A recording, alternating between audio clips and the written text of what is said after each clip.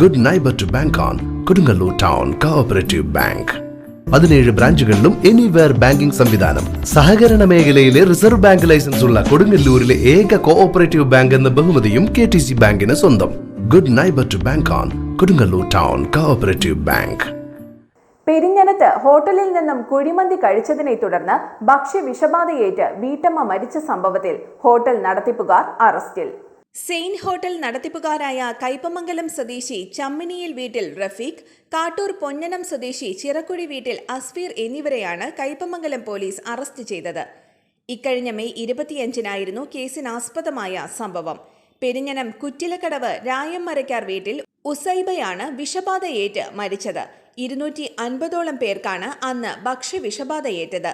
സംഭവത്തിന് ശേഷം പോലീസും ആരോഗ്യ വിഭാഗവും ചേർന്ന് ഹോട്ടൽ അടപ്പിക്കുകയും നടത്തിപ്പുകാർക്കെതിരെ കേസെടുക്കുകയും ചെയ്തിരുന്നു. മുൻകൂർ ജാമ്യത്തിന് ശ്രമിച്ച പ്രതികളോട് അന്വേഷണ ഉദ്യോഗസ്ഥർ മുൻപാകെ കീഴടങ്ങാൻ കോടതി നിർദ്ദേശിക്കുകയായിരുന്നു. ഇത് പ്രകാരം 2 പേരും കയ്പമംഗലം പോലീസിൽ കീഴടങ്ങുകയായിരുന്നു. അറസ്റ്റ് രേഖപ്പെടുത്തിയ 2 പേരെയും കോടതി റിമാൻഡ് ചെയ്തു.